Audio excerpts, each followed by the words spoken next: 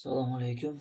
Paint dasturida tasvirlarni burish va aylantirishga oid misollarni ko'rib o'tamiz.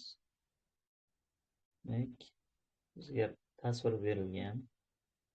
Turli burchaklarga burishimiz uchun 5 ta buyruq bor ekan. Birinchisi 90 gradus o'ngga.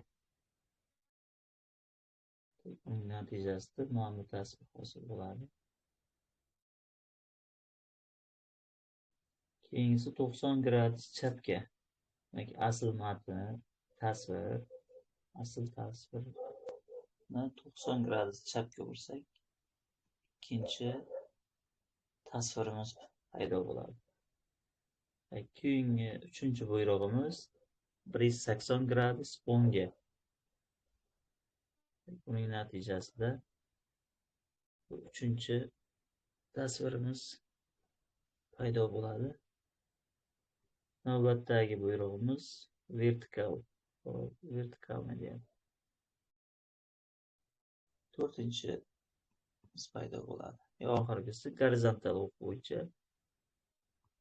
bu tasvirimiz paydo bo'ladi. Vertikal gorizontalni osonroq eslab qolishimiz uchun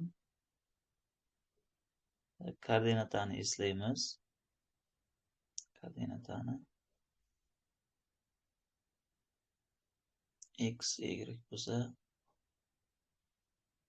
vertikal bu y o'qi bo'ylab, ya'ni tik o'q bo'ylab aylantirishimiz. Ya'ni mana bayroqcha asl rasmda yuqorida bo'lsa, teskarisiga aylanyapti. Ya'ni boshi oyoqqa, oyog'i boshga tushib qolyapti, aylanyapti.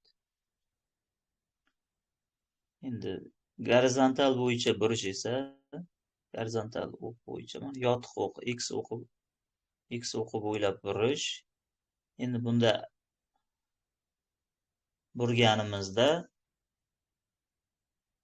mana bu o'ng tomondagi, chap tomondagi matn o'ng tomonga,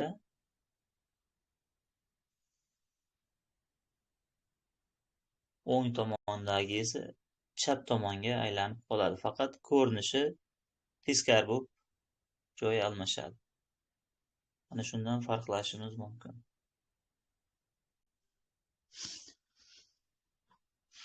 Paint dasturida A ko'rinishdagi rasm joylashtirildi va rasmni aylantirish va o'girishga oid ikkita buyruq ketma-ket bajarildi. Shundan so'ng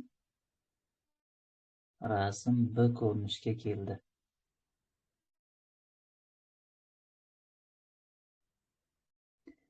Rasmni A ko'rinishdan B ko'rinishga o'zgartirish uchun qo'llaniladigan buyruqlar ketma-ketligi to'g'ri berilgan javobni toping deb. Demak, A rasm ikkita buyruq bajarilgandan so'ng B ko'rinishga o'tibdi. Endi e'tibor bersak, mana yuqoridagi bayroq pastga tushgan. Ya'ni Y o'qi bo'ylab burilgan. Birinchisi vertikal.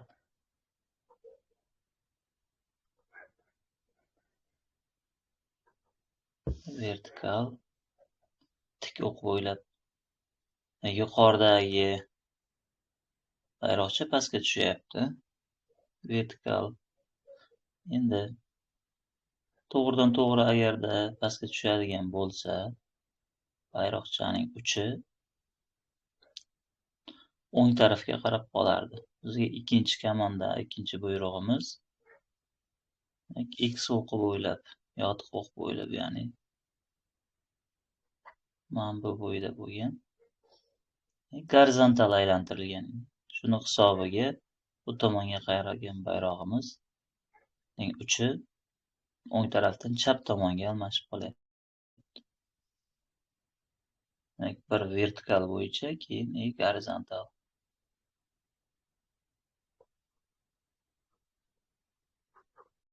aylantirilgan ekan. Endi bu yerda ikkita buyruq deganligi uchun shu javob. Agarda buni rasmni 180 gradusga burganimizda ham shu natija kelib chiqardi. Biz variantlardan kelib chiqarib, doim ikkita buyruq bo'lganligi uchun bir vertikal, gorizontal. Navbatdagi misolimiz ham shu ketma-ketlik. Ikkita buyruq ketma-ket bajarilgan. Natijadagi rasmimiz A ko'rinishidan B ko'rinishga o'zgargan. Endi ikkinchi rasmga e'tibor qilamiz. Bayroqcha chap tomonga qarab hilpiryapti. Aslida esa o'ng tomonga hilpirayotgan edi. Endi agar buni bitta buyruq deganda mana o'ng tarafdagi D harfi ikkinchi B rasmda chap tarafga o'tib qolganligi uchun bir gorizontal bo'yicha bitta bo'lsak, natijani olishimiz mumkin, lekin bizga ketma-ket ikkita buyruq bajarilgan deganligi uchun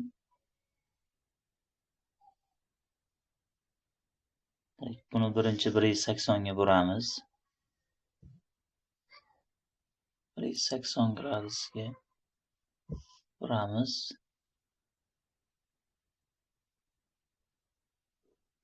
Mana ketma-ketlikda burilib, bayroqchamiz pastda.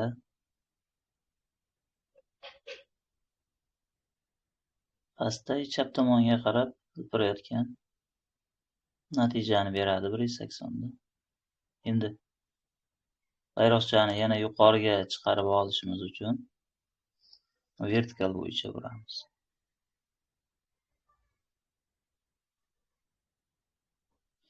Vertikal bo'yicha bayroqcha yuqoriga chiqadi. Javob ham shu.